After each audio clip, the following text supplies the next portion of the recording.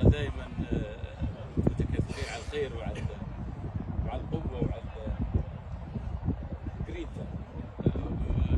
الايام هذه ايام مبروكه، وان شاء الله افتتاحنا فيها حيكون مبارك باذن الله تعالى. الان فيه تغيير لاحسن من الله.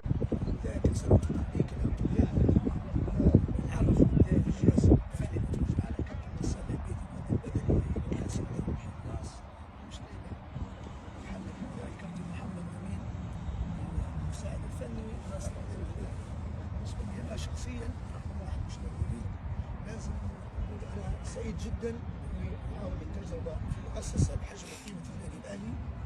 لازم نكون عارفين انا شخصيا كلف نفسي ممكن اكبر منكم سنا، ولكن احس في روحي انا صغير في المكان هذا، صغير والله. لا والله بامانه هذا هو شيء احس لما اتكلم احكي مسؤول والله الكابتن بشاري والله وليش يقول احنا صغار في الاهلي. والله ماليش والله انتم هذه ديما تعلموها، مش عيب انك تحت الانسان اللي اكبر منك. اذا اي واحد يشعر في روحك كاكبر من النادي الاهلي معناه راهو غلط. غلط. بديت بنفسي انا اكبر منه، يحس روحي صغير. لازم نحترموا الاهلي بكل الاهداف بتاعه، جمهور فيه كويس، فيه مثقف. اللي سامحني مرات يحب الاهلي لدرجه ما عندهمش حاجه يقوموا يبحثوا عن شريط الاخبار كل الاهلي يفوز، هذه عقليتهم. عندهم طموحات، عارفين شو تتكلم مع الجمهور. اذا كان انتم فهمتوا الحاجات هذه عارفين انكم انتم قاعدين في مكان من القاعده جماهيريه، نادي كبير يستحق منا اكثر ويسر علينا الحاجات.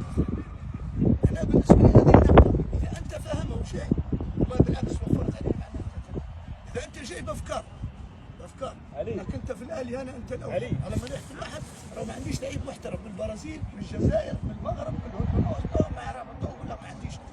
انا نؤمن انا على الضعف على المساواه، ما فيش حد عندنا كبير وما فيش حد صغير، وانا ديما تعود على الاجل وصلت وانا في النص. انا نصر غير المدير الفني بل في المعدات. اذا كان المدرب انسان حقي حتى لما جيت تاخذ اللعيب اللي تاخذ حكومه تحطه بنك حيتقبل منك. لكن اذا كنت انت ظالم تتعامل مع اللاعبين في معايير فنيه، مش واحد في لعيب هذا كبير سيبوه يلعب كيف ما يبي، لما يخسر الكوره يمشي. لا مش حد كبير في نادي. من الفريق القوي اللي لما يقعد فايزين ما يبوظوش، يبوظوا يكسروا الخشم بتاعهم ينزلوا لا. ومن اللاعبين اللي لما ينهزوا يعيطوا من الجمهور يخش بعضها، هذا مش معنا. احنا في نادي ما نقدرش نقول الجمهور الاهلي اهدوا شويه اللاعبين ما يتحملوش، لا هذا النادي هي كاريزما بتاعه من اول ما تاسس هيك، من اول ما ناض النادي هذا هيك. فانت اذا لازم تعرف انك تبي نرضوا نفسنا بالعمل، ترى النتيجه عند رب العالمين سهيل عند الله.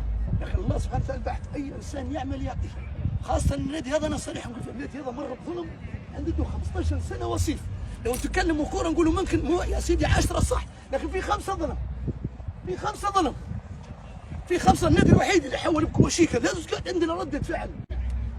ظلمات، اي واحد يظلمنا، اي واحد غلبنا في الذياب نرد الضربه بتاعنا في يمنا. ما عندكش العقليه هذه. عدي العادل كلم هذه شوي، كلم الجاسون يقول والله هذا راه حصه وواعر وبيعيطنا وبيقول لنا كلام واحد. فوز الراجل بتاع الفوز تاخذ في نفسك واش بتاعي. تبي تدير هيك وهيك نخسر الكوره بتنقص تسمع كلام واحد، راه مانيش غول انا نوصل حضوري. لا تبي هيك خذ راجل تطلع من الخط ما نعرفكش شنو الخط. كلنا انت منوسط منه عاد النادي. يجب نسعدوا الاهلي، لازم الجماهير الاهلي اي مشجع فيه مسب لازم يحطوه فوق راسه. تبوا تسعدوا الناس هذه من الصبح عارفين ماليش ضد انتم.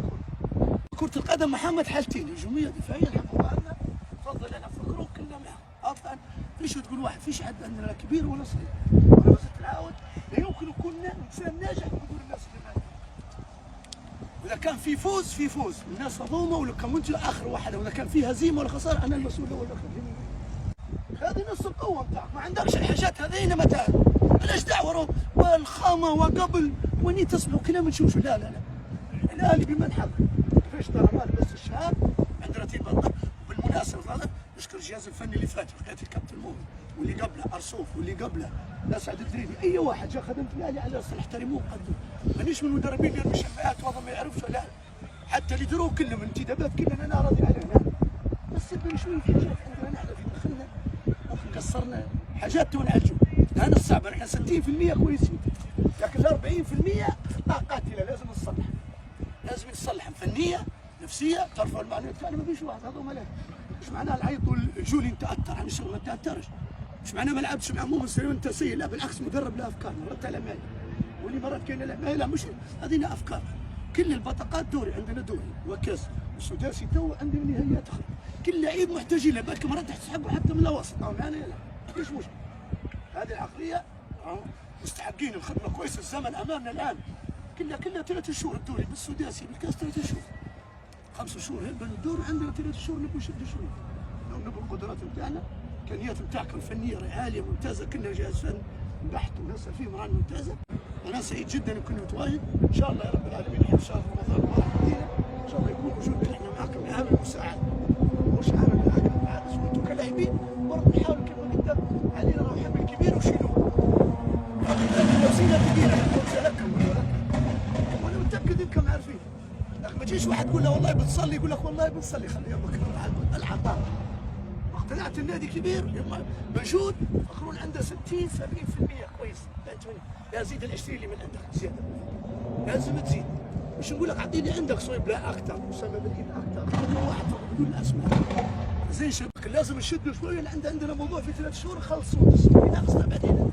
تعرفوا انت النادي راه شنو عارفين وعارفين الجمهور عطونا لنا حق كلنا تصبين لنا، لكن مش واحد يخسر الكوره يمشي في الاهلي راه ما ترجعش ما تقوليش تعيط ما تقوليش تتكلم زي شباب.